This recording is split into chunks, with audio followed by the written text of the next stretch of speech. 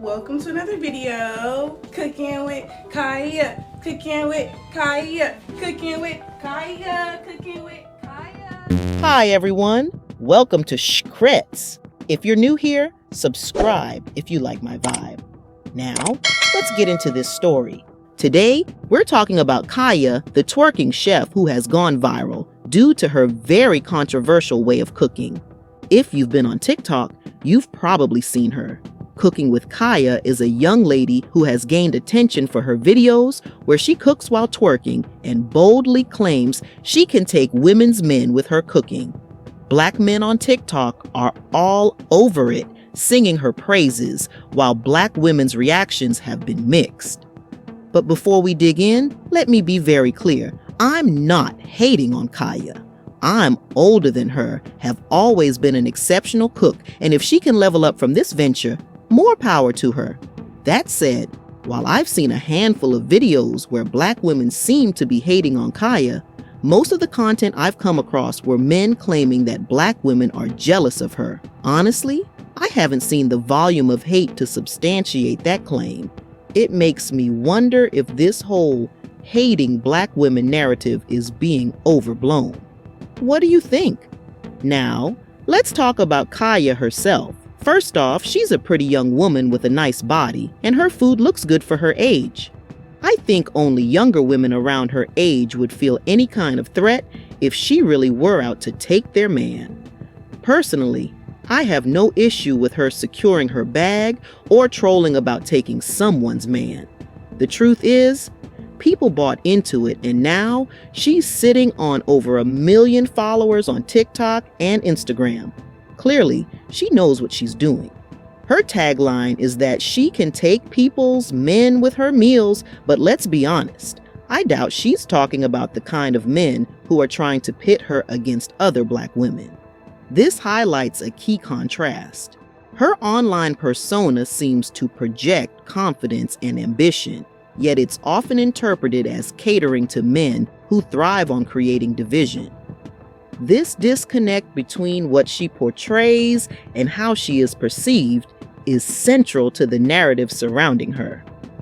What has surprised me the most is how some men have been elevating Kaiya, a non-ambiguous black woman no less, for twerking. I thought black men hated black women twerking on the internet, but here we are, seeing quite a lot of men with red pill and manosphere talking points championing her. This raises an interesting contradiction. It's not about the act of twerking itself, but about who it's done for and how it aligns with their narrative. It's another example of the double standards in online discourse surrounding black women. Why? Because they love to humble black women. They enjoy seeing women with Kaiya's mindset compete for their attention. To be pick-me's, to cook, clean, and compete in the bedroom for men who believe they are the prize. Kaiya is promoting traditional woman values, which aligns with what many men, especially black men, say they want. Despite failing to meet the standards of traditional men themselves, a lot of the men pushing Kaiya in our faces are broke. I'm sure they make up most of her following, but let's be real, I doubt she's doing all this for a broke man. She's mentioned being single and cooking for herself. What we're seeing is a character she's created online. She's pandering to everyday men to build her platform, likely with the goal of attracting a wealthy man she'd actually cook for in real life. Her recent collaboration with DDG is a clear example of this. She's aiming for men with money. Kaiya is playing the game, just like many other attractive women making money from men online.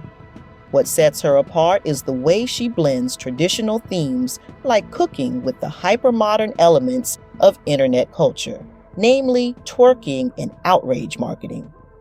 While many women rely on polished aesthetics or aspirational content to grow their platforms, Kaiya's approach is to be intentionally provocative and relatable, tapping into an audience that values accessibility over unattainable perfection.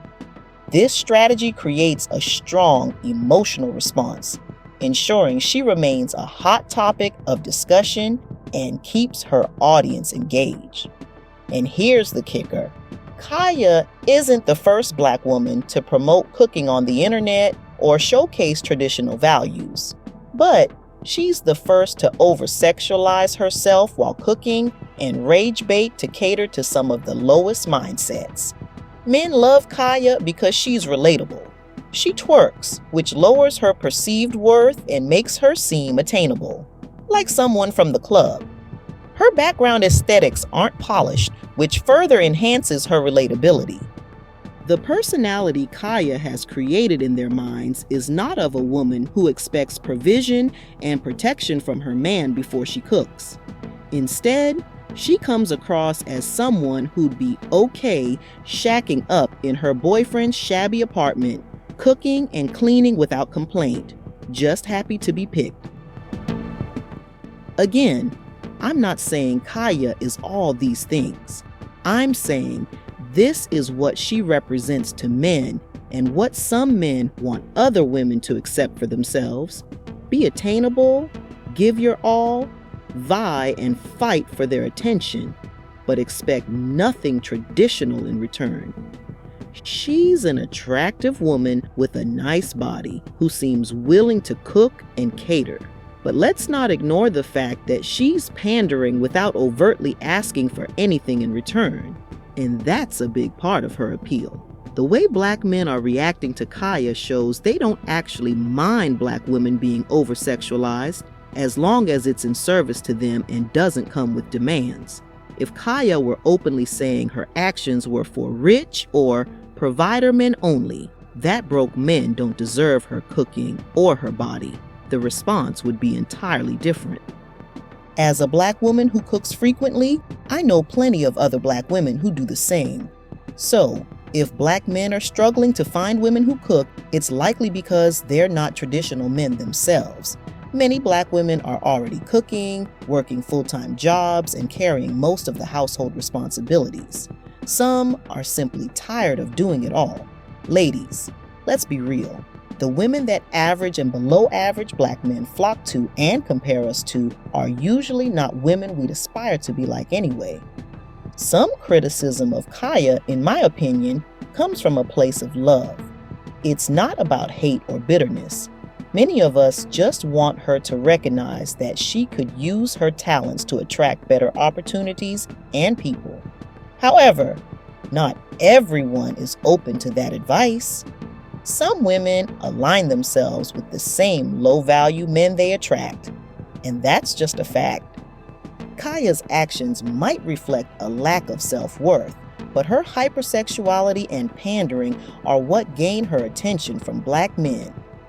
Unfortunately, this isn't unique to her. It's a dynamic we see often with women seeking male attention online. And while men may claim they prefer Kaiya because she's a natural woman, their actions often tell a different story. Many men like women with enhanced features or subtle aesthetics.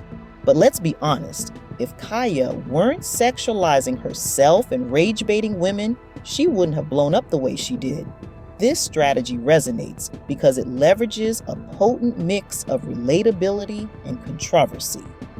By tapping into a space where traditional cooking meets modern internet culture, Kaiya has positioned herself as both aspirational and accessible, drawing in audiences who might not engage with more polished or less provocative creators.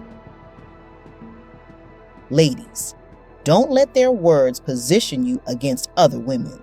Judge men by what they do, not what they say. This ties back to Kaiya's portrayal. While she's catering to certain male expectations, we must focus on the dynamics of male attention and the double standards that often come into play. Remember, it's about holding men accountable for their actions, not just their words. That's it for today's episode. What are your thoughts on this topic? Do you think the narrative around Kaiya is fair? I'd love to hear your thoughts in the comments. Thanks so much for watching. Subscribe if you haven't already, and I'll see you in the next episode. Bye.